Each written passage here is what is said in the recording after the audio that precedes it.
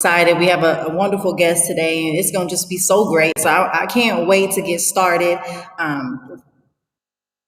On the Black Podcast, we like to bring people here that have different walks of life, and all begins to start making sense when you understand why we're doing this. So we have something called HSBA.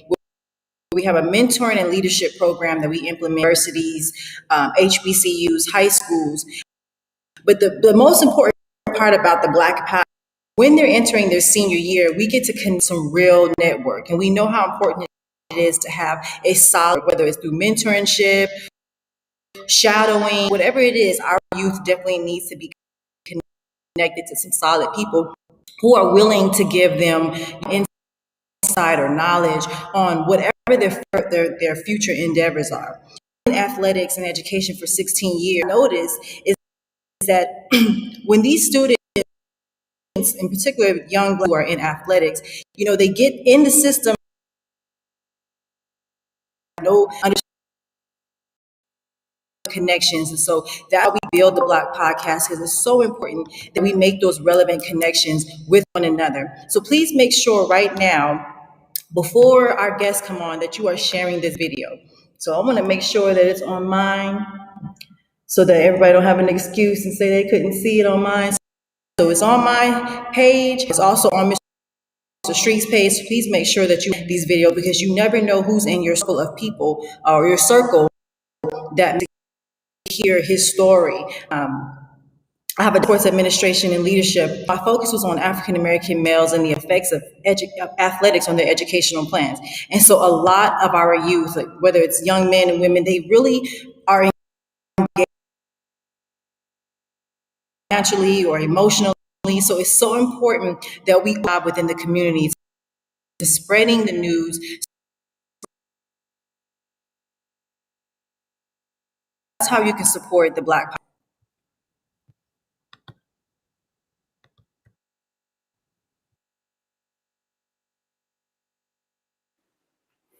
Okay, so yes, I got some background that I'm trying to wait to get out of my background. So I just want to go ahead and just mention the fact of being surrounded by people like Dr. Hobson, by people like our guests, is one of the things that really allows me to thrive on a day-to-day basis. You know how they say you are the sum total, or you are the average of the 5 people that you hang around the most. So almost 5 days a week, sometimes more, I'm communicating with on a video conference with Dr. Sherelle Hobson. And once every single week, we have the privilege of being in front of someone of excellence like we have in front of us today. And whenever we can come together and sharpen each other, we can go out and impact the world in such a profound way. Back in 2015, I was working in Miami, Florida, in the child welfare system specifically. And I started to see these teenagers that were aging out of the system and not really having anything in place to help them with that transition. So they become adults, quote unquote adults, and they don't know what they're doing. They end up in prison. They end up in the graveyard. They end up having kids that come right into the system. And I started to see a perpetuation of that cycle. And I wanted to do something about it. The administration at the agency I was working for wasn't in a position to really do what I felt needed to be done. So ultimately, I had to leave that organization. And that's when I jumped on the current mission that I'm on right now, which is developing and helping run multiple different companies, whereas a percentage of the revenue from all of those companies is going towards the development and sustainability of mentoring and leadership programs for that population. And another aspect that I'm really passionate about is really helping people in our community understand the importance of group economics, supporting one another so that we can allow that Black dollar to circulate in our community a little bit longer, so that we can start to create generational wealth, which hasn't been something that has been centerpiece to our culture for long enough. Now, with that being said, the gentleman that we're going to have before us today, we have the same namesake. So I know he's got to be a pretty awesome fella by carrying that name. But I'm so eager to hear his story, the impact that he's having on this world, and how those of you who are viewing as well as ourselves can be part of that impact. to bring about a better tomorrow. And with that being said, no further ado, Mr. Brian Keith Harris II. How's it going?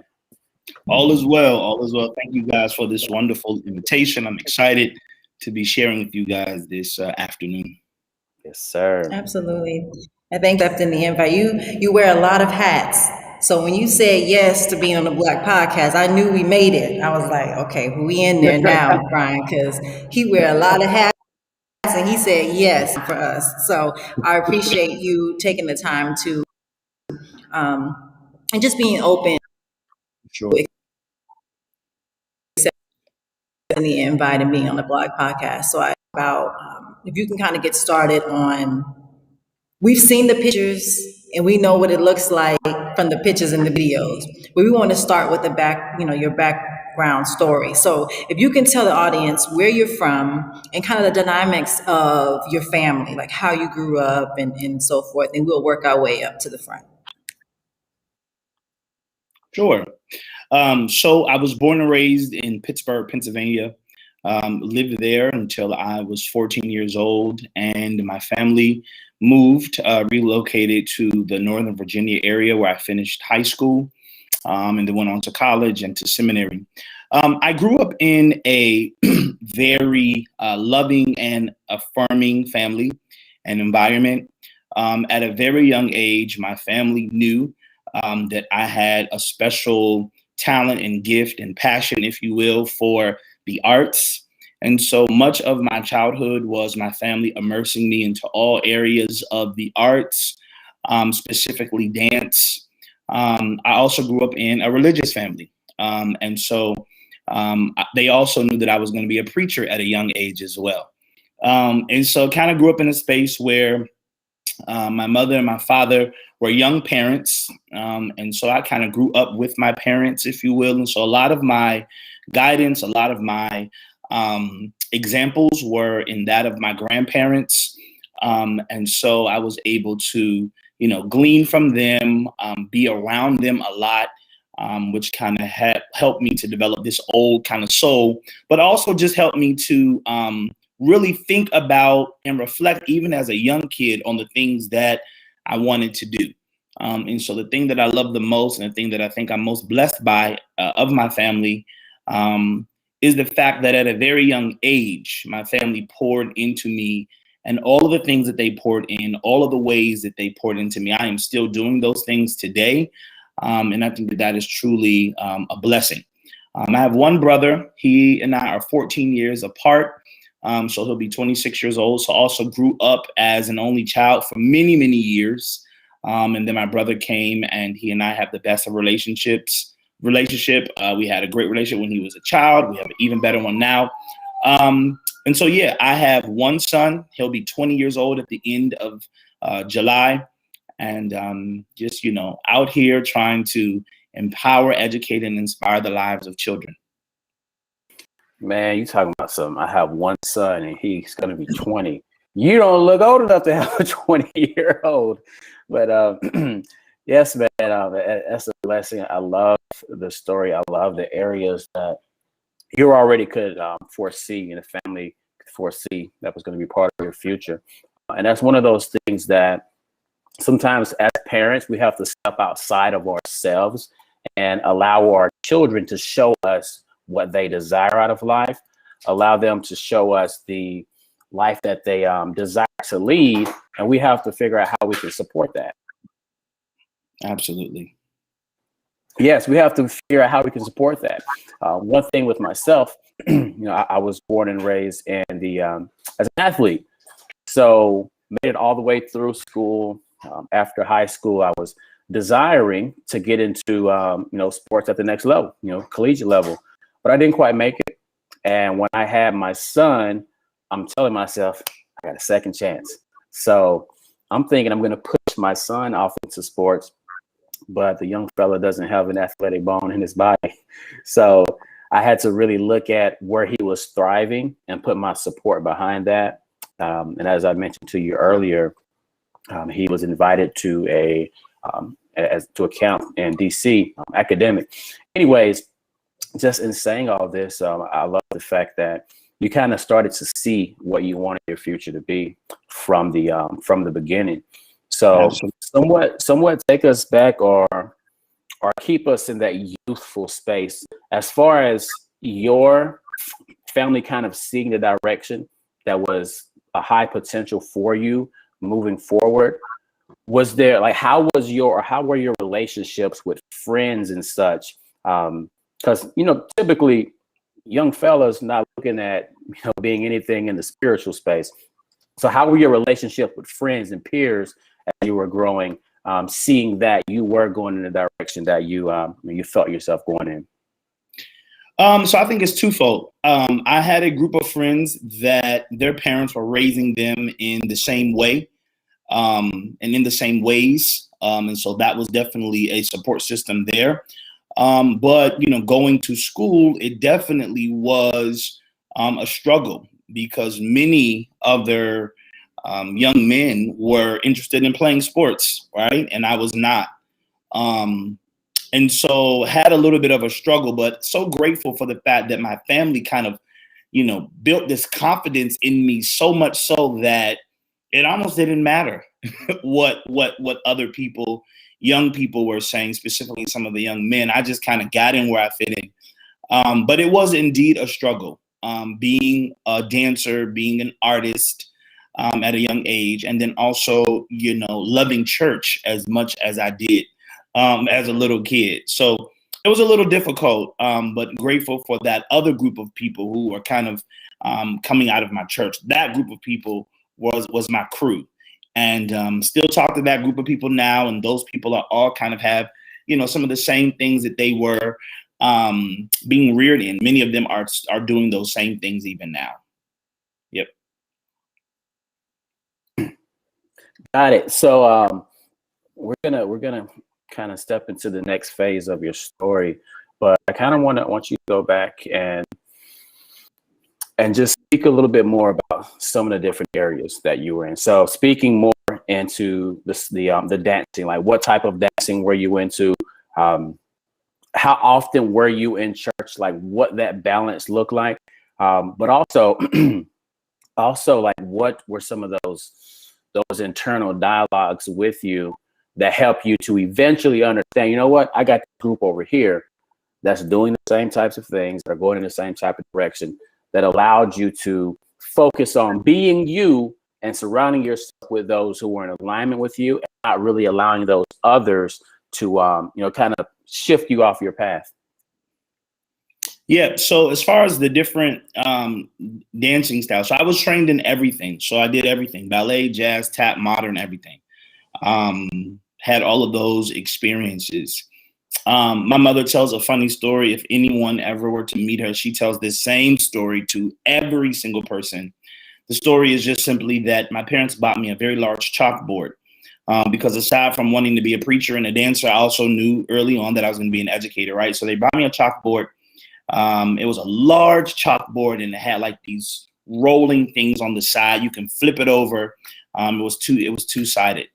And I found a way to unhinge the chalkboard, put it on the floor. And my mother walked by one day, and I was tapping on the chalkboard. And I certainly got in trouble for that. But I think it was at that moment that my parents recognized, okay, he really is into being a dancer, right? And so been trained in everything. As it relates to the internal kinds of things, I think that because I was so immersed in those things that I wanted to do, and because there were opportunities for me to do those things, I, in a real sense, was able to ignore the internal thoughts of, you're not like everyone else, you should be like all of the other young men. I kind of suppressed that, if you will, with all of the other things that I was immersed in, right? All of the opportunities to dance and to be on stage and to perform. It wasn't until I became older that I realized that there was a suppression going on and not really an addressing, how I felt isolated in some fashion, because of the things that I was passionate about. So I think those internal things were really just fueled by my passion to continue doing those things that I loved, which was dance, right? Not really paying attention to some other internal things which were happening, which was me kind of, in some regard, feeling isolated because of my passion. Got it. I love it. And it takes me back to a part of my story. Coming up, just as any kid, I had battles that I had to face. There was bullying, so many things along those lines. But it was in college that, or even in my master's level, that I knew who I was, and I got pushback from those who weren't digging who I was. But thankfully, at that point, I knew who I needed to connect myself with, and obviously, you learned that at a very young age. Um, so that's one of the things we, as not only educators, but as influential parent figures, whatever space we actually occupy, is important for us to pour into our youth, and that's part of the program that Dr. Hops and I created, is really understanding what your identity is, really being content and fulfilled within your identity, so that regardless of those around you, regardless of what others say, you know where you're going, you know who you are, and ultimately those who are meant to be a part of your journey, they're going to come and run alongside you. So I appreciate you sharing that with us.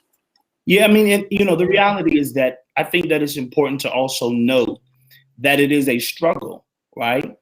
I think that young people, what we're saying, we want them to walk into their authenticity, that we want them to be have a sense of confidence regarding their identity.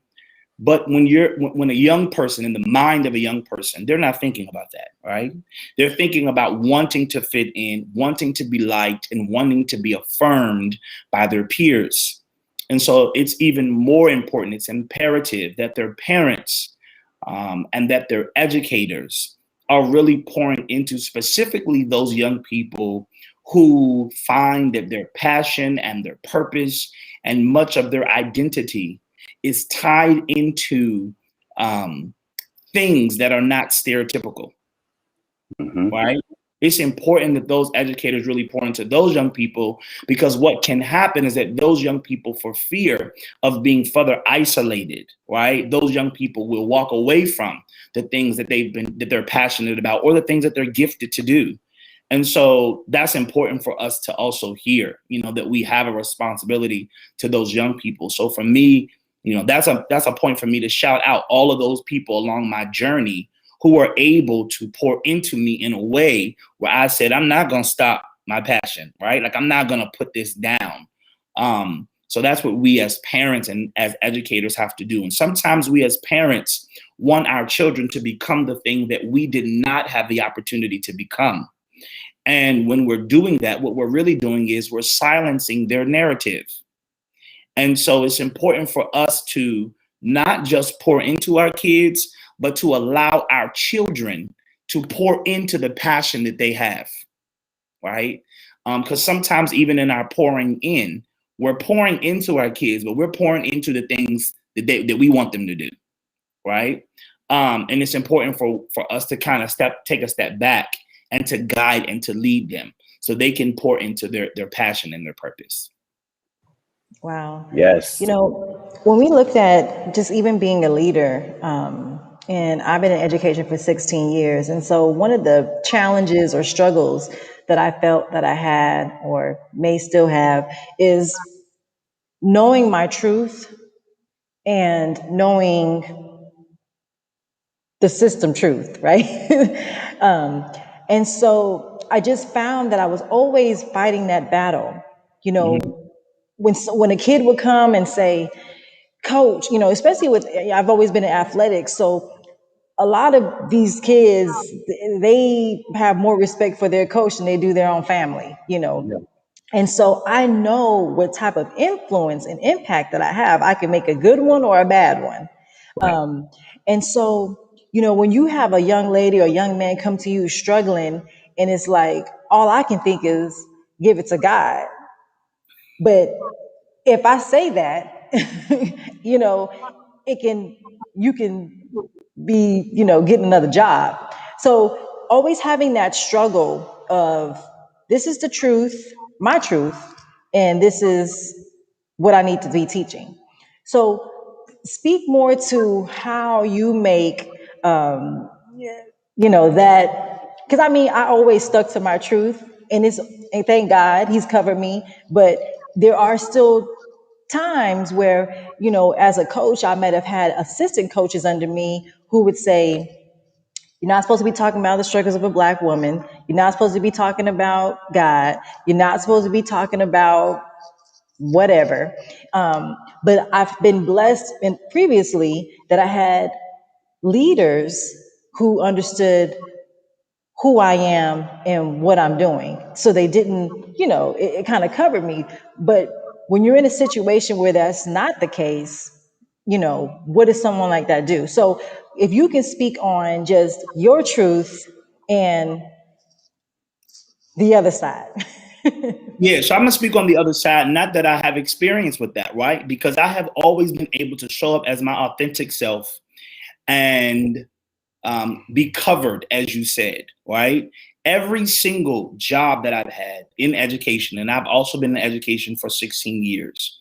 Every space that I have been in, I have been authentically myself. I think the thing that is necessary for one being his or her authentic self is making sure that the work that you're doing is so impactful and so evident that those around you have no choice but to celebrate your authenticity.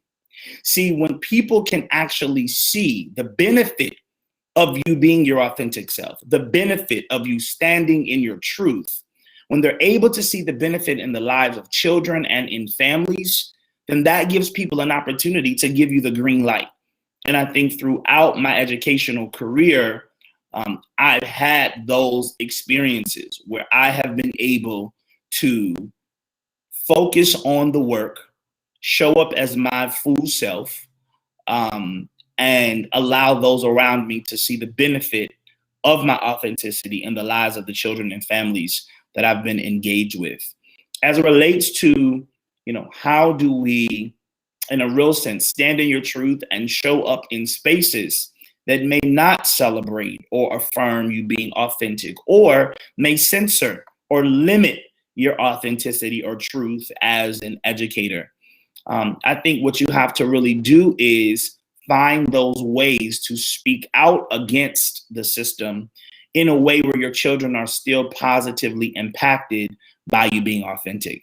I would oftentimes say to educators that I've consulted with, outside of your classroom, there's a system. But when you close that door behind you in the classroom, that is the moment when you can stand in your truth. And that is the moment where you can really offer to your children your authentic self, such that they'll be empowered and inspired. And so for those educators who are experiencing that, two things. One, you may have to check out the system that you're in, right? You may have to make a decision about, is that system a system that is worth being in if you cannot stand in your full truth, or if you cannot be authentic as an educator. But two, you have to find ways to stand in your truth, such that kids will be empowered and inspired. And I think sometimes what happens is that we stand in our truth and we're authentic, but we don't oftentimes make that connection with our kids. It's like, I'm just standing in my truth, and we're not even conscious of how you standing in your truth is impacting children. So when you're clear about why it is that you're actually standing in your truth, not that this is just a right that I should have. When you're clear about why you're standing in your truth and why you're being authentic, and how it's impacting your children, then that kind of serves as the leverage for those around you. So for me, standing in my truth is one piece of truth is that, I work at an all-boys school. And so one of my things is sharing with my boys that not every boy is an athlete. There are some boys who are artists. There are some boys who are, scientists. There are boys who love different things. And so the more that they see Mr. Harris standing in his truth and loving and being passionate about the things he's passionate about, then that empowers them to do the exact same thing, right? So I think you have to know why you're standing in your truth, why you're being authentic, and how that's impacting, other people around you, specifically your children and the families. Absolutely, absolutely. And I think a lot of people feel like they have to choose, Right. oh, I have to be like this, I have to be like that. It's like, no, you have to be you That's because right. that's who the kids need. They don't need to see a representative. They need to see the truth. They need to see your struggles. They need to know about your story. They need to That's know, you can still be very professional in that space, but you have to speak. In order for growth to take place, I've always said learning has to be relevant. that's And right. if learning is not relevant, then who are we actually teaching? Nobody. That's right. That's And so I appreciate you, speaking on that because that is though a tough space to be in because you may not come with the support, but knowing, hey, in the end, it's going to cover me. It's going to be okay. I may have to go through a couple of trials and tribulations, but if it's your truth, it's worth it. that's right. Um, and so I feel the same way. And I always felt like I was always speaking this life into the girls, but then I would see the boys and it's like, nobody's talking to them about this. And when you talk about like sports or you talk about letting them know about they can do whatever they want to do, they don't have to be stuck inside of a box of what people think that you should be doing. I remember a kid had walked into the gym and every day he'd walk in, he'd just walk to his spot and he'll be like, hey, Dr. Hobson, I say, how you doing? And he'll just jump up straight up and dunk, like touch the top of the rim, boom. And then he'll sit down into a Indian style. And I was like, this dude, every coach in the gym is like, are you serious? And so, I said, have you ever thought about doing, track? Or he was like, no, I'm a dancer. And he started like moonwalking and backflipping. And I was like, but everybody kept saying, well, just come and do this for me. Come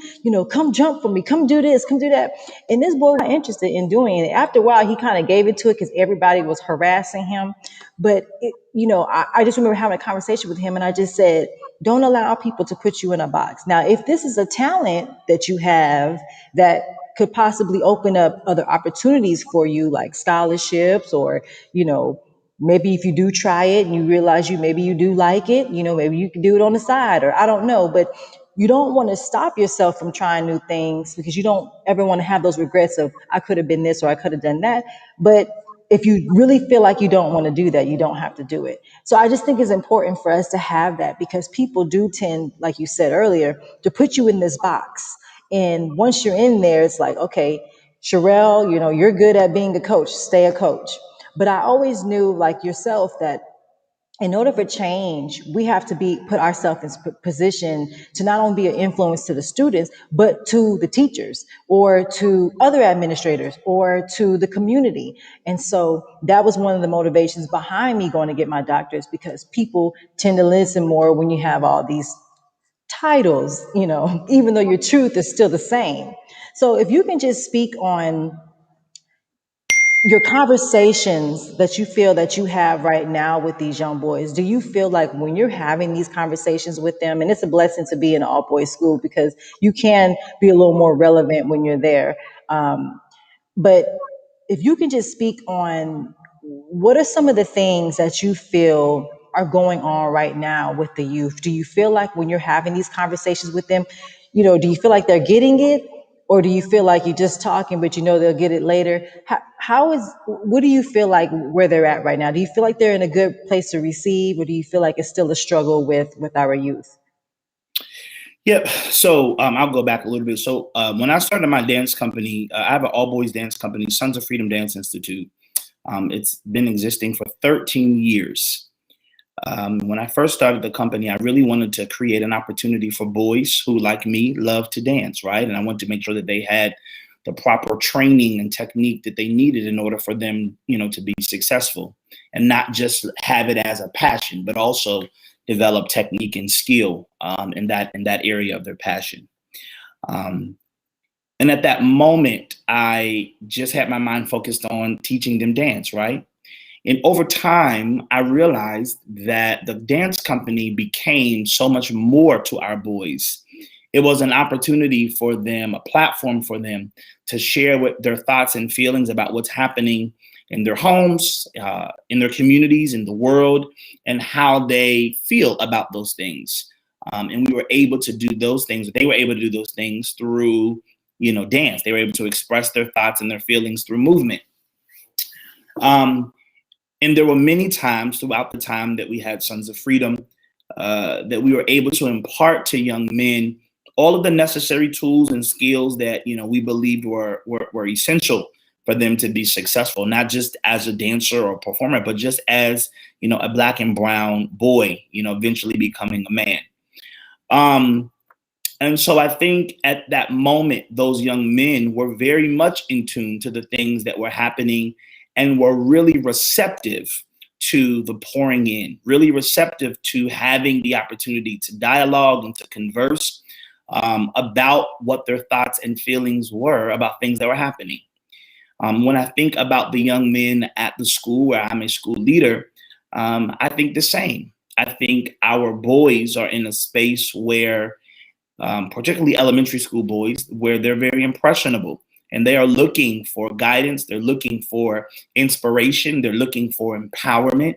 They're looking for all of those things. And so when we stand up as educators in that space for our boys, then they absolutely begin to tear down those walls and they begin to really share. They begin to, really get into expressing their thoughts, their feelings about so many things that they never had a space to share and to talk about.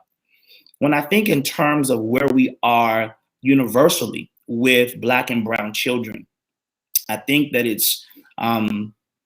I think that young people are in a space where they are looking to be empowered. They are looking to be taught the truth about their history and cultural legacy.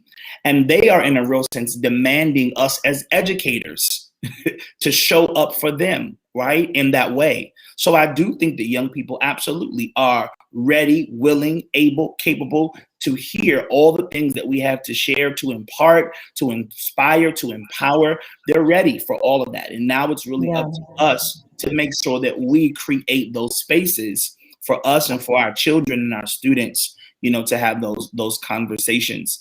I do think that there is a space of, and I think this is being torn down as well, but there's this whole idea of toxic masculinity, this notion that being a young man, that you can't express emotion and you can't show any sense of weakness through allowing someone else to lead or be in control, and all of those ideas of toxic masculinity. All the ways that toxic masculinity finds itself into the minds and hearts of Black and brown boys, who then become men who do not have the emotional capabilities, the emotional regulation or management skills that they need. We see those things happening. But I think that the tide is changing. And I think that there are educators who have stood up and educators who are providing spaces to tear down these ideas of toxic masculinity and giving boys an opportunity or giving them a green light to express themselves freely and authentically. And so, yes, I do think that young people are in a space where they are ready to receive. And to this day, in all of the 16 years and all the hundreds of kids that I've been blessed to be engaged with, I've always come to those kids with love, with understanding, and with affirmation.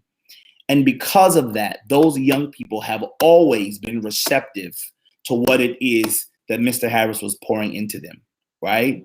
And so I think that's something that we can do for those young people who are not as receptive, or for those young people who we feel like are not getting it. We may have to almost check our approach and how it is that we are pouring. And that perhaps creates all of the difference, so Absolutely. Yeah. Because kids know. They know. They know. So while people out there fronting and acting, faking these kids know. They know who is being real, who's not, and some of them will call you out on it. Because they are a little bolder now, so they will be like, they'll call you out on something. So, not saying that the transition is a little bit easier because these boys are coming into the school knowing that they're going to dance. You talk about the masculinity side, and I feel like we have attached certain stigmas to our culture of, in order to be considered a man, you are lifting weights, you're doing this, you're talking loud, you're aggressive, you're alpha man, you're not showing up, whatever. There are a stigma of people feeling like if you dance, and I've heard boys say this at school, I ain't, gay, or I ain't this, or I ain't that, so it is a form of expressing yourself, even though we see people now are doing more dances and stuff like that, but people still attach that label to that. What do you say to that, because I know you talk about expressing yourself, but what about the stigma that I think a lot of times we put in the community of, in order for you to dance, you have to have, this or that, or you can't be a certain type or come from a certain neighborhood or whatever. Can you speak? Have you had any experiences with that? Yeah. And so, it's a topic that is still ongoing with all of the things that we see, all of the people who have broken barriers boys who have broken barriers that relates to dance and movement. We still have this idea that dance is relegated to girls and to women. And I chuckle because it's a lack of knowledge that we have, that we even have that understanding. See, because the reality is that when ballet, if you will, started, only men were able to do it, right? Women weren't even allowed to do it. And so whenever as far as my dance company, not the school that I work in, but as far as my dance company, I would share with parents the history of dance and movement. Then I would say to parents, fathers, mothers included, how many of you stood in front of your television watching Michael Jackson dance and you tried to emulate the dance movements? Almost every single person, right? Every single person. And so I think families have a hard time with making the connection between classical forms of dance and contemporary forms of dance that they do in their house or at their cookouts or in their family functions. And there's still a connection. It's just a different genre, right? And so the way that I approach them, and what I say to those who have that understanding that dance is only for a group of people, is that I have and I share knowledge. But nothing is greater. Knowledge is good, but nothing is greater than being able to see it for yourself. And I would almost delight myself when our boys would get invited to perform. Because the first thing that people would say when we were backstage would be things like, oh, you guys are about to tap dance, or you guys are about to do a cool hip hop dance. And we would never, I told them, don't ever respond, just smile, right? And then that curtain would open and these black and brown boys with these backward hats would kick it with a modern dance piece or a classical ballet piece, right? When people are able to see how the boys are moving, how happy and how much joy is coming from the stage as a result of those boys doing the things that they love to do, particularly their parents who may have had issues previously. When they're able to see it, it's undeniable. There's a young man right now who I love so much. He was the youngest man in my dance company. He was 3 when he started. And William is now 16 years old. And his father, who actually passed away some years ago, when Will first got into the company, his father said, listen, I'm gonna tell you right now, I'm not into this at all. Okay. I don't know why we even signed him up, but we're gonna see. And I love to watch every performance. His father was in the corner with just crying, just tears coming down his eyes, because he was able to see the impact on stage. And so rather than me focus on the knowledge that people don't have, I choose to channel that and pour that into the boys. So if you can just make your way to the stage, if you can just make your way to the performance, or if you can just make your way to a rehearsal, you will see these boys with so much joy, right? The other thing that I share with families who or people who don't understand is that, listen, dance and movement is a health conscious decision. Right? And people are like, what do you mean by that? And I don't mean it from the traditional sense, right? Like we all have to exercise and move. I mean from a trauma perspective.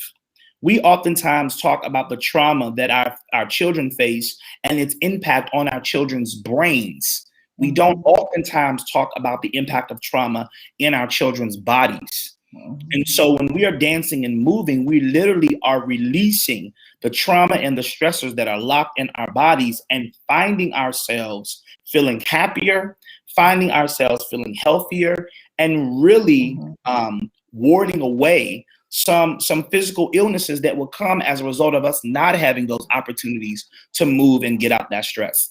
So these are all the things that I share with people who ask questions about why boys are dancing, or what is the impact of boys dancing, or why do you have them learning this, or boys don't do this. When I begin to share the history, I remember having my dance studio classes. I would have them open for parents to come to. That is a no-no in the dance world. You do not have open classes for parents. In most dance worlds, parents drop your kids off, the doors closed, you come pick them up when dance class is over. But I changed that. I wanted parents to actually be able to see how rehearsal is run, so they can actually see their boys in the And they can process. actually support them. And they can Yeah. actually support them. And when they were able to be engaged in that way, many of them who had issues before, who didn't understand, gained so much knowledge, and they would be so happy to tell people, "Yeah, my son's a dancer." So happy. So that's kind of the way that I've approached, families and people who don't oftentimes understand, why there are these young men, who love dance so much, as opposed to other things that young men stereotypically should love to do. Right. And it's like another form of yoga, or, it's just that place that you can always go to. Now you're teaching them how to channel their energy, That's right. somewhere else besides something of being aggressive. And tell a But just story. finding that inner peace, Yeah. because it's Yeah. something that you feel. Because I can tell you one time and I think it's when I first reached out to you, I don't know, maybe, but just one of your videos, I got up out the bed. I was like, okay, something on your video, you was doing something. I don't know what you was doing, but I was like, where he get that video from? And I was like, he looked like he about 6'5", and he's dancing like this. He moving like he's 4'4". But it does spread energy, your inner peace, but then it also just gives you. And I've always loved to dance. Now I don't dance when I go somewhere. I don't dance, unless I really absolutely feel like it. But when I'm at home, I put on a whole concert. My dogs be looking at me like, I wish she would just sit down, But I've always, when what was that show back in the day with all the dancers? Not Soul In Train. Living Color. It was like the dancers came out before Marlon Brothers and all the Wayne brothers were part of the show.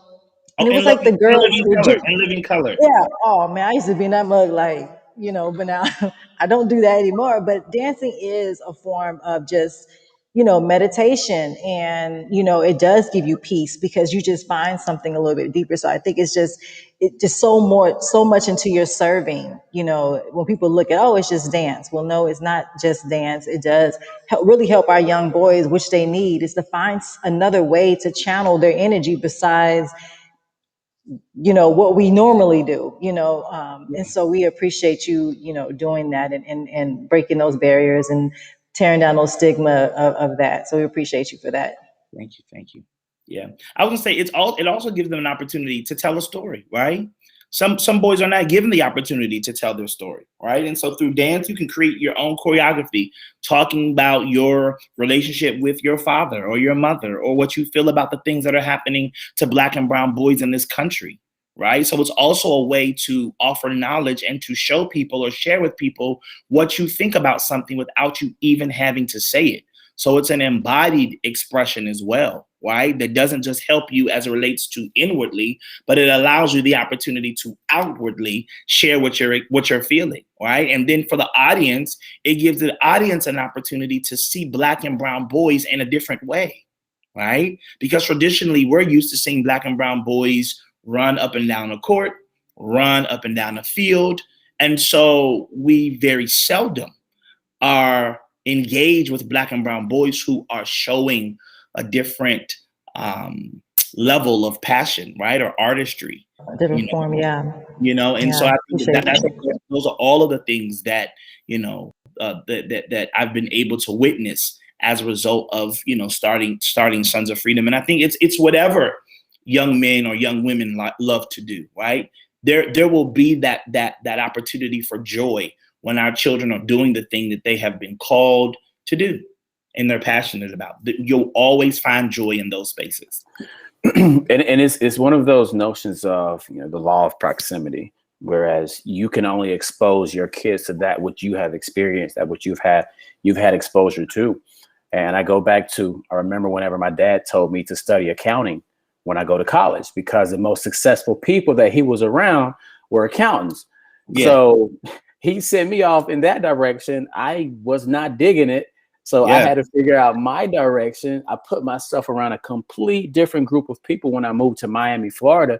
And Yeah. that's when I figured out what direction I was supposed to go in. Mm-hmm. So we as parents, we have to expose our kids to more than that, which we had exposure to, so much more. But you got something on your mind. Give it to us. Yeah, I was going to say, that's true what you're saying, but I think that's why it's so important. Not only do you have to expose your kids, because sometimes you as a parent, like you said, you may not know what to expose your kids to, right? Your kids may show something, you don't know where to go.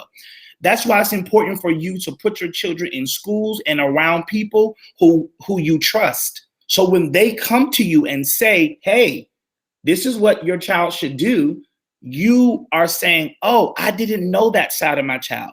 And I say that from a very personal place. My godson, who's also 16 years old, when I first came to his mother and said, Jaden is a dancer, his mother looked at me and said, you have got the wrong kid. I don't know what kid you're talking about, but you're not talking about my child, right?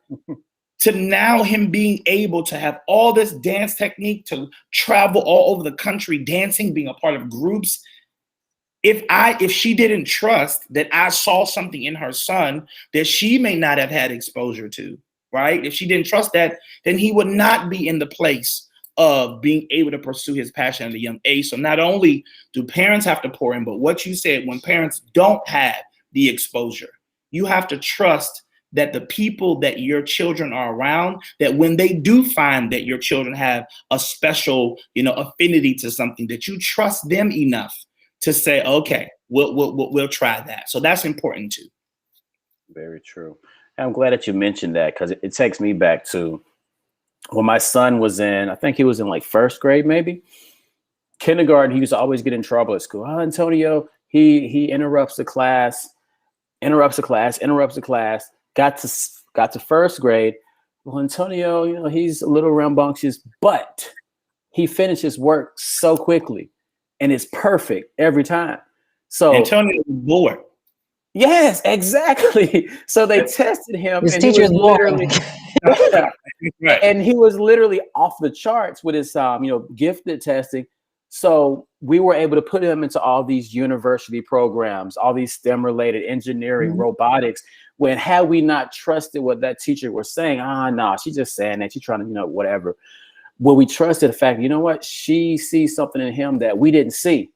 There's things that she's exposed to in him that we just don't get when we're at home. Yeah. And he's been blessed to go so many places because of that. So I'm glad that you did make that reference. Yeah, let me just, you guys said that I could be authentic. Let me say this too. Yeah, go ahead.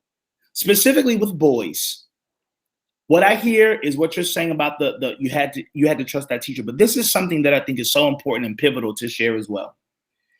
Whenever a teacher or an educator comes to parents to say that our children, our boys specifically, are rambunctious, have a lot of energy, we as parents oftentimes begin to try to remedy that our boys having a lot of energy. Mm-hmm. We try to remedy it, right? When someone comes to you to say that your child is rambunctious or have a lot of energy, that should be a time when you can smile, because you can say, okay, so he has a lot of energy. So we know that we need to put him in something that he has an opportunity to release the energy. That is actually an awesome opportunity for a parent to start finding the things that their son loves to do. And what ends up happening is that boy usually gets a stigma attached to him. And parents don't oftentimes realize that they're perpetuating it, because when someone says, oh, your child is rambunctious, parents immediately start chastising their children or their young man, and help to change his rambunctiousness. I mean, that's not a word, but help to change all that energy. Don't change the energy, just channel the energy. Channeling, yeah. Right? Yeah. And so changing the energy is also altering who he is authentically. Mm-hmm. Channeling the energy gives you an opportunity to see his authenticity in the area that he's going to thrive in. right? And so Exactly. when you said that, that just kind of, stuck out to me, because we as parents oftentimes perpetuate the very stigma that we're trying to get away from our children. We perpetuate them because we don't Yeah. say, oh, he's rambunctious, but this is what we're going to do. And teachers also have to learn, you have to change your educational philosophy and your pedagogical lens, because every child who's rambunctious or has a lot of energy has nothing to do with their academic aptitude. It may be, like we said, in your son's case, you're boring. So you need to check out your own education practices, right? Or if you realize that there are boys who are rambunctious, then you need to create more hands-on learning opportunities for your children, right? And so that's something in education that we really, really, really have to look at, because we have a small window to Yeah. allow our children to walk into freedom, as opposed to creating a stigma on our children that will basically imprison them forever. That is Absolutely. And I so true. always speak on that. I always speak on that because even in our system, we talk about black and brown young boys and girls, very early. When you look at, and I've worked in all school, urban schools, white schools, all kind of schools, the language is always different. One That's right. kid is always considered, he's just being a kid. He's just hyper, but in other areas is he's out of control. That's right. He cannot sit down. He's super aggressive. And so the way that the system does, it'll get the parents in because some of the parents have a lack of understanding. It ain't that they don't care. They don't know. So they come in and they tell the kid, Brian he is just really out of control. He's always moving around. He can never sit down. And we think that he needs There you go. There this. goes the signal. And Medication. we're going to give you some extra, we're going to give him some extra work. He's going to have a teacher that's going to be one-on-one with him. And the parents thinking, oh, he just needs, but they don't realize you have just now labeled him for the rest of his life. That's right. And when you start putting that kid in an environment, I've had couple of kids that I've seen that he would wait till the bell rung and everybody would get to class before he walked to his, because he did not want anybody to know that he was in the resource classes, Mm-hmm. because he knew wasn't nothing wrong with him. Mm-hmm. You just had to talk to him a little bit different. You need to sit down. Okay. So it was a way that you speak to him so he can understand. But it was so sad to see how much he would avoid going in that room, because now you've placed him in a room where some kids may really actually need help. And when you sit in an environment, that's just like you sitting somewhere every day and somebody saying that you stupid. You eventually gonna start thinking you stupid That's because right. That's that's what right. somebody's telling you. So when That's you right. stick a kid in a classroom who doesn't really need to be there, maybe he needs some extra time. Mhm. I always share my story. It takes me forever to read. It's not that I can't read. It just took me forever. But if those type of teachers were back when I was in school, I probably would have been in the resource classes, because every time it was time to read, I would leave, go to the bathroom, just avoid my turn. And Right. so the system really puts those kids in there. And because the parents have a lack of understanding, now you have placed a label on this child for the rest of their life. And every time they go to school, they're going to be labeled as this is what's wrong with them. And eventually they're going to start thinking that is something's wrong with them And because parents are going nobody to is continue to channeling perpetuate them. that. Yeah. And Absolutely. this is just such a pivotal place in our education system, specifically with boys, as it relates to discipline, as it relates to academic outcomes, and because we always focus our attention on the boy's behavior, on what parents perhaps are not doing, we very seldom focus our attention on the strategies and best practices of that teacher, right? What are things that you as a teacher have been trained to do to address a young man, to address a young man who in a real sense is, having some level of difficulty, rather than us say, hey, this young man, needs this resource or that resource. Let's check out the resources that you as an educator needs, right? Like, what are the things that you need in order to focus on those children? Because it's not just one. Focus on those children who have more energy. You need to learn, okay, now I need to focus on what are some more hands-on activities, right? I remember this great, a story when I was vice principal at another school, and there was a teacher who, during the reading time, the young man, he just, same thing, he would just be up out of his seat and dancing around and everything. And she was so frustrated and told the, parents that he doesn't need to be in this reading, space.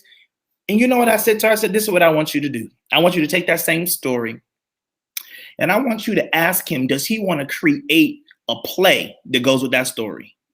And when she added music and made that story a dramatic story, that's what he wanted to do, right? Like, he wanted to act out the thing that she was reading, and the story came to life. And so I'm only saying that to say, when educators begin to focus on their practices, and are their practices that are perpetuating children's behaviors, or are their practices empowering children to be their authentic selves? Well, you got to check that out, right? Because if not, like you said, we will traumatize our children by putting them in spaces like you talked about that they don't need to be in. We will stigmatize our children, and then we will ostracize our children, and then wonder why society continues to do the same thing, right? So educators have a responsibility to change up their practices such that it meets the students. When we create lesson plans, our lesson plan should not be created with the highest student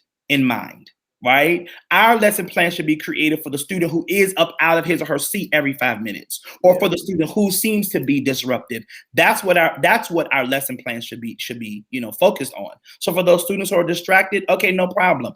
I'm going to give this child a job. Every class period, this child has a job. Children love to have jobs. They thrive. They want to be responsible for something. They want to be responsible for something. And so that's what I'm saying. We as educators have to change our practices, as opposed to pushing or displacing those things onto the children and their families, saying that's where the problem is. No, the problem is in our practices as educators. Absolutely. Yeah. It's just like when I always had a troubled kid, I would always make them the leader. You need to make sure everybody's doing, and then they were held responsible to do the right thing because now everybody's watching them, So it's kind of like that, Oh, I love this image that I'm seeing. This is this is exactly what we're saying, right? Like, in this image, you're asking these students to climb trees, right? Not even being aware of the capabilities. Right. Fair. And this is considered fair, right? Not being aware of the capabilities of every person in your classroom. Some of them, they're not going to be okay with climbing a tree because they can't climb a tree because they don't have the ability to climb a tree. And if we're only looking at this group of kids to climb trees, what about the kids who going to cut down the tree? Or what about the kid, who are going to walk around the tree? So you as an educator have to be in tune with all of those things, right? And it takes time, but it's not impossible to do.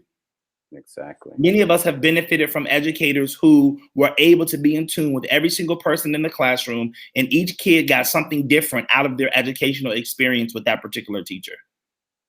That's real. And I wanted to put that image up for that, just for you to walk us through that specifically, because that's what we see far too often in our educational systems. They have to teach to the test, and to make it fair for everyone, we have to teach to the test this specific way, just like Dr. Sherelle Hobson. I'm a slow reader. If you ask me to read something on the screen right now, you can put me in front of a crowd of 10,000 people. I'll deliver you a speech flawlessly if I bring it from my passion. But if you tell me to read off of a projector for 2 people, I'm going to stumble all over myself. I even had to take remedial reading 98, my freshman year of college, because of that. But here I am now with 3 degrees, working on a 4th, and presenting all over the nation. And people would have told me that I couldn't have done this. I couldn't have done so many of these things had they really pushed me to believe that something was wrong with me. No, that's not how I present myself. So I love when we can have conversations and dialogues like this, so that ears can understand that, no, your son, there's not anything wrong with him. Your teacher just does not know how to cater to him and her and him all at the same time. something needs to happen in that system, and That's then right. your son will be able to thrive as who he is, your daughter And, as who she is. and sometimes you might have to take your child out of that particular school. Mm-hmm. You can't be Right. afraid to do that either, right? Because Right. not Right. every school will work for every child either, right? And so if Exactly. you find that that is a situation, you got to start figuring out where will my child thrive, and not just survive. So Exactly. that's the thing Absolutely. to look at as well. You might have to Because take right now, with the educators, some of it, the teachers that do have the capacity to be diverse and they don't always have the support or the resources. And right. so I know in my situation where I was finding myself, even like I always taught PE in health. So I would always have the kids do different things. Like if we talked about basketball, you had to maybe present or something, and I would say you could present any way you want. I've had people make up raps, I had people make up dances, and Yeah. that's how they received the content and they wanted to teach the content. I didn't care how you delivered it. And so when teachers be like, "Well, you have to have a rubric," I don't need a rubric. I need to tell him, "You're going to teach me what you learned about basketball any way that you want." Write it down. You can do it through sign language. I don't care. I just Yeah. need to see that you understand what I taught you. And That's it. so I think that the support from the top, really makes a difference because when they're coming into your classroom and they're saying, "Well, Ms. Hobson, you're not doing this and you're not doing that and you're not doing this," but are the kids learning? Yeah, maybe I'm not checking all your boxes on your pieces of paper, but are the kids learning what you're giving them? Because Mhm. you have to be able to make sure that it relates. And I think that a lot of times, some of the teachers don't know because all they know is teaching. They know how they were taught. They were taught by the book, so they teach by the book. But then other students or other teachers who were taught, like maybe you and I, where I had English teachers jump on the desk and you talking to you like, "Why are you standing on the desk?" But that was their way of getting everybody's attention, and they were just all animated and all this Yeah. kind of stuff. And at the time, I thought they were crazy. But you know, when you start looking at when you could actually see a teacher's personality, you know, then you can really start finding your own identity by That's right. them, just like you said, being their self. And there's tons of ways of teaching, but because of the lack of support, because the system, they do want you to stick to, like Ryan said, the test, the system. This is what we need to do. This is what the kids need to know. That's why when the test is over, kids are running all over the place. They're wild. Everybody's done teaching and done working. But we have to, that's one of the benefits of kids going to charter schools or private schools because the learning can be more customized versus sitting in a public school where it's like, if you're not checking these boxes, you're going to fall behind. Yeah. And Or you, if you don't fall behind, you never really get to assess what they're learning and you just pass right. them on. That's right. And it's true. And when The they same drop, rule, they drop. the same rule for kids who or parents who may need to take their kids out of school. Many educators, you might not be in the space where you need to be, right? And that's fine. You may need to find an educational space. There are schools that will and that do allow educators to be their authentic selves in their teaching because they recognize this is about the skills that children are learning. This is not necessarily about the way in which they're learning. It's the skills. And if children are learning the skills, then they're learning the skills. That means if they're sitting at a desk, lying on the floor, taking the test, if they're, however it is that they are learning these skills, which is what you said, that's what needs to happen. And so there may be educators who find themselves in situations or in school systems that don't support their work and don't support their, creativity and their authenticity to the work. And when you find that situation, you're gonna have to move from to a different school, right? A school that is going to celebrate it, because, like you said, it does come from the top. And if you're working for it or at a school where the leader or leaders don't have an understanding of what education should be, or may have an understanding of what education should be, it's just not the right understanding, or it's a traditional understanding, or it's an understanding that, does not create equity across the board, then you have to make a decision as an educator. Am I going to stay in this space or am I going to go somewhere else? And that is a hard decision. And that is a decision that every educator has to make for him or herself. But that is definitely something that we too have to talk about in the education system, because many teachers, specifically Black and brown teachers, are staying in schools that are not supporting the true teaching for children, are not supporting best practices for children, and they stay there because they feel like they have to. When the reality is that you need to go to a space that's going to celebrate all of you so that you can Mm-hmm, put all of that into mm-hmm. our children. Yeah. Yeah. Yeah, I always tell people that because, like I said, I've been in for 16 years, and I remember when I was coaching track, when I took over my first head coach job, I would put words on the board, just like a whiteboard like this. They'll come into class, they'll come to study hall, and there'll be something written on the board. And the girls were like, "Are we ever going to go outside and practice?" And I'm like, when we finish talking about this, we'll go outside and practice. But my other coaches and other people will be like, "Can you just coach? Why are you?" And I told them in a meeting with my principal, my athletic director, I said, as long as I'm in this body with this breath, I'm going to teach. If I can teach them life, I can teach them track. I can That's teach right. them whatever. And That's so right. to this day, all my athletes still call me and, coach, and they got a whole family. But I knew that was my responsibility is That's I right. have to teach them life before I teach them anything else. That's right. Because anything that I teach them in track is transferable. Confidence, understanding, Yes. self-identity, resiliency, adversity. Right. I would always tell, I remember one of my girls used to have all these issues and problems. And I said, life is like this 100-meter dash. And I took her outside and stuck her lined everybody up on the starting line. We all got hurdles.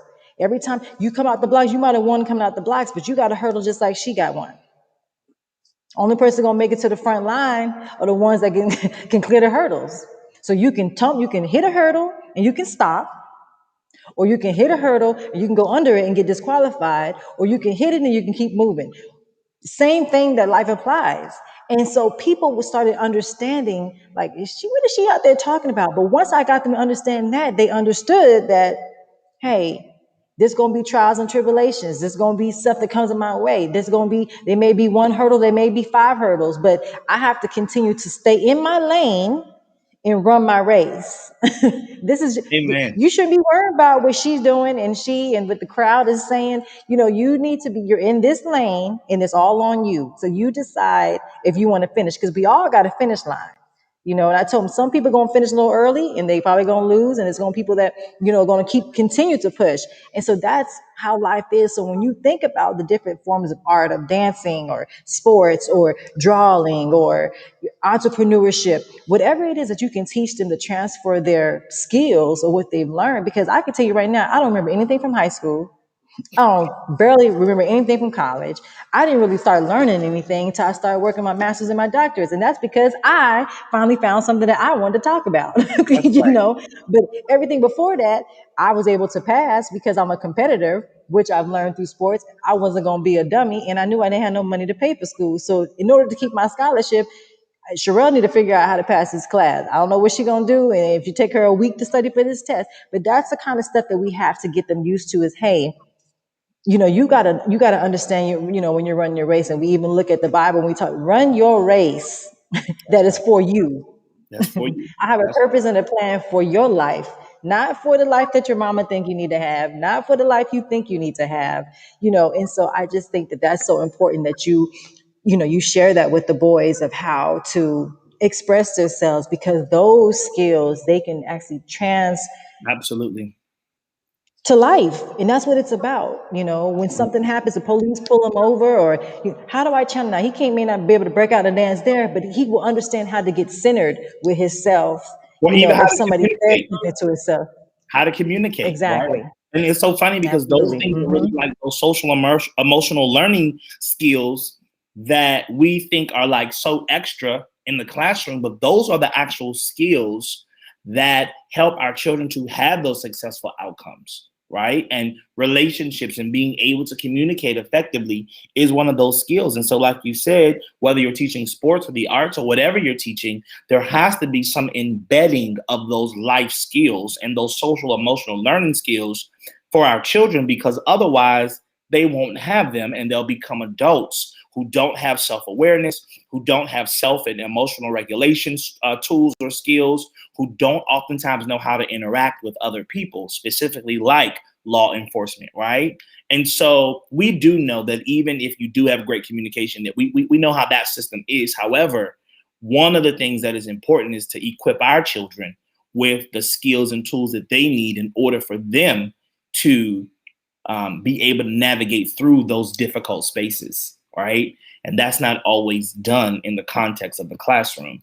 It's usually done in the context of athletics, right? And it is also done in the context of the arts. But we need to take those same skills that children learn in athletics and that children learn in the arts, and those same skills need to be embedded in academics, because those are the skills that, like you just said so beautifully, those are the skills that are transferable. Those are the skills that help our children to have successful outcomes in life.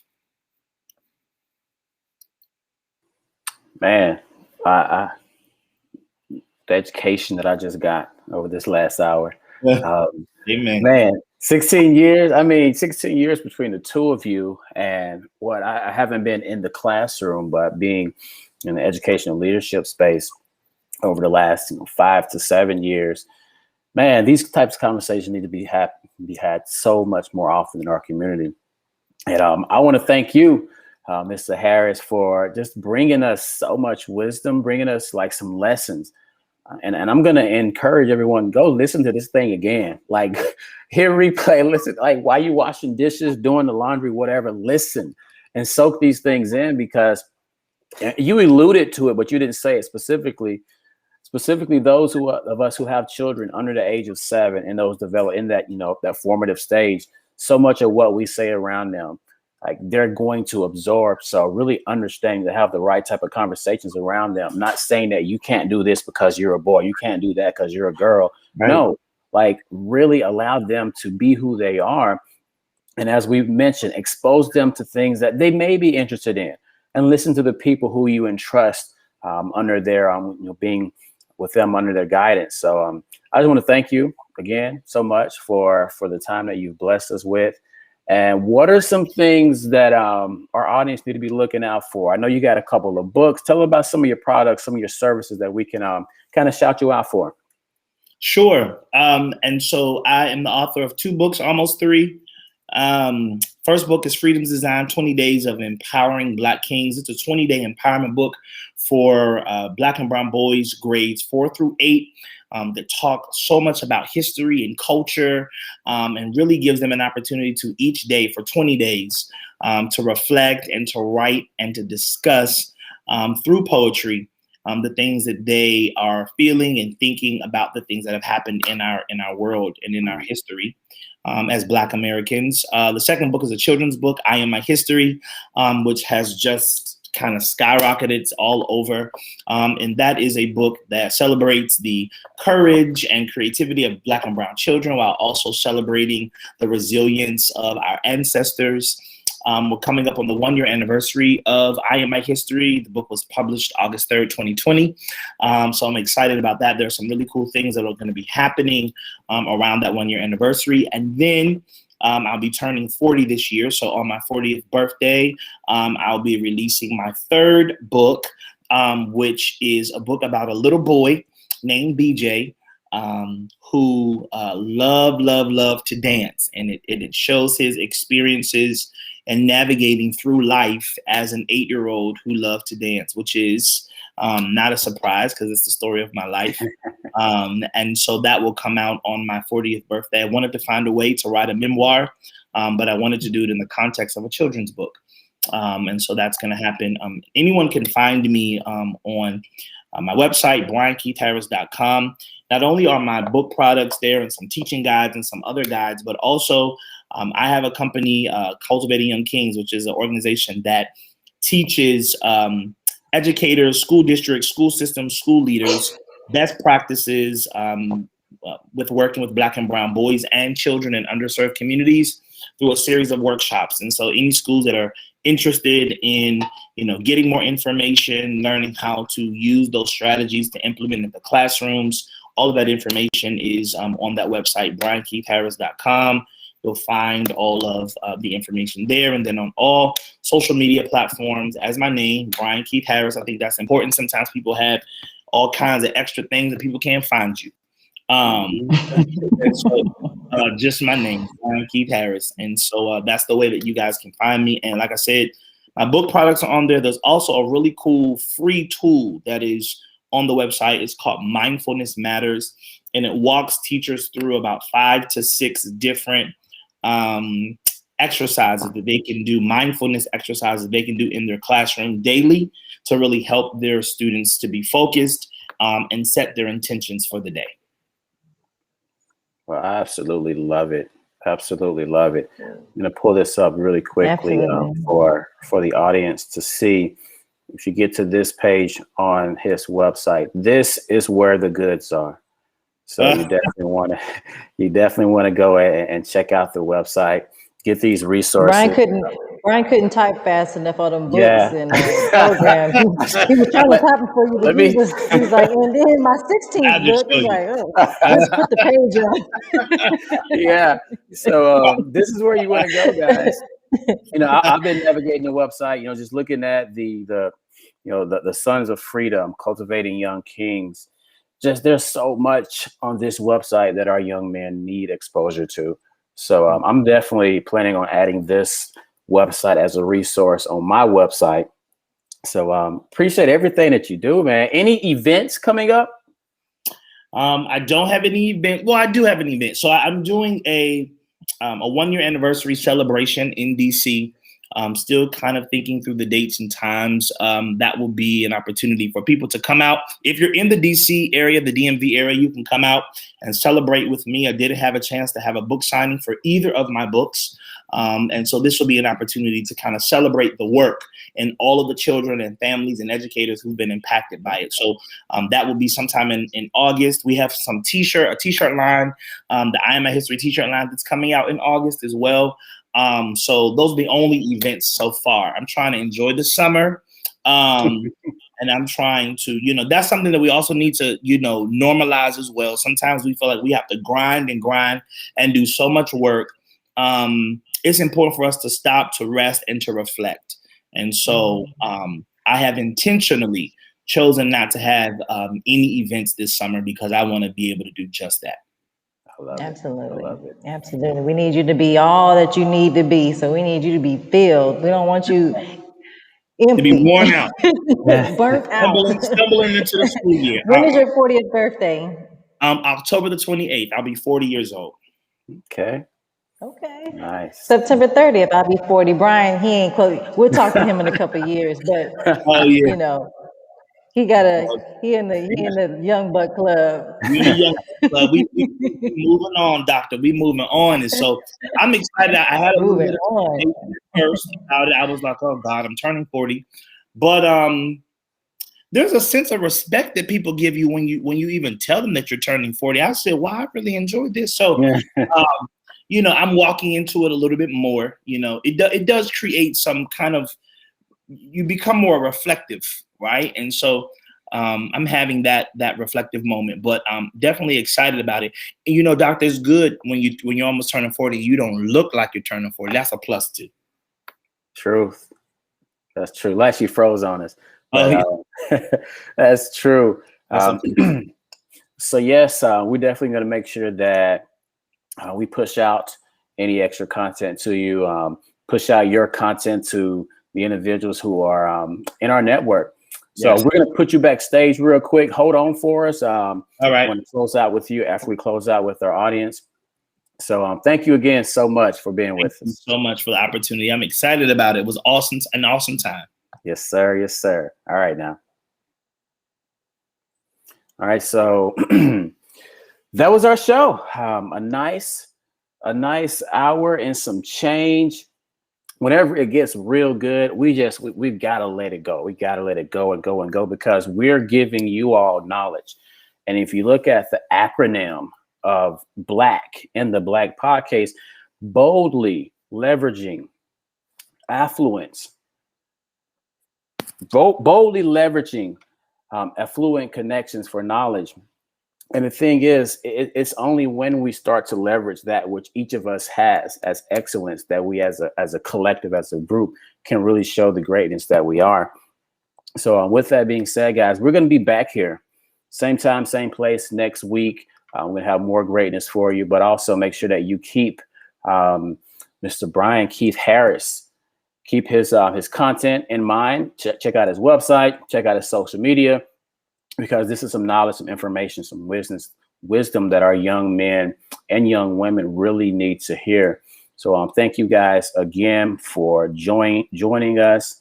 I think my co-host, Dr. Hobson, might be jumping back in. We've been having some technical glitches, but if she's not, regardless, like I said, we're going to see you guys next week, same place, same time. There she is. Another good one, huh? Another good one. The internet. They don't want to see me. You don't want to see me shine. You don't want to see me shine. But it was just amazing to hear that people are in the same space, and that sometimes when you're talking one language, you think that you're the only one out there talking. And so it's good that you can see that we obviously what we're doing within HSBA is needed, is important, because you have other people like Mr. Harris who also sees that same thing.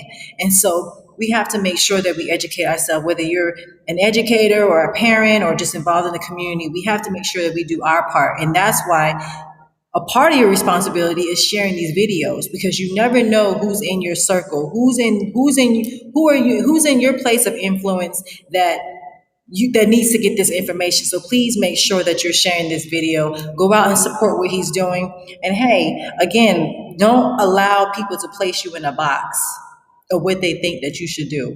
We have to break certain stigmas. And like he said, instead of just talking about it, I can show you better. So his way of teaching was to show what this dancing means to these young men, and how to channel their energy. But those are things that we wouldn't know if we only stick to what we think we know or what we've seen as adults or growing up. So please make sure that you are sharing these videos, because it is important that in order for us to grow as a unit, as a community, we have to make sure that we're sharing this information and content. So you will find us here every Thursday at 4 p.m. Central Time. Make sure that you are tuning in and that you are supporting. If you are been watching the Black Podcast, you can always go to wearehsba.com, and then make sure you subscribe to the newsletter, because we always have some really good information going out every month, whether it's information from our guests, what events we have coming up, and how you can support, whether by volunteering or monetary gifts or whatever. Please make sure that you are supporting us. So you can always go to wearehsba.com and find out more about the Black Podcast and what we're doing within the Hobson and Streak Business Association Company. Yes, indeed. So we out of here, guys. We'll see you guys next week. Y'all stay safe and be kind to one another.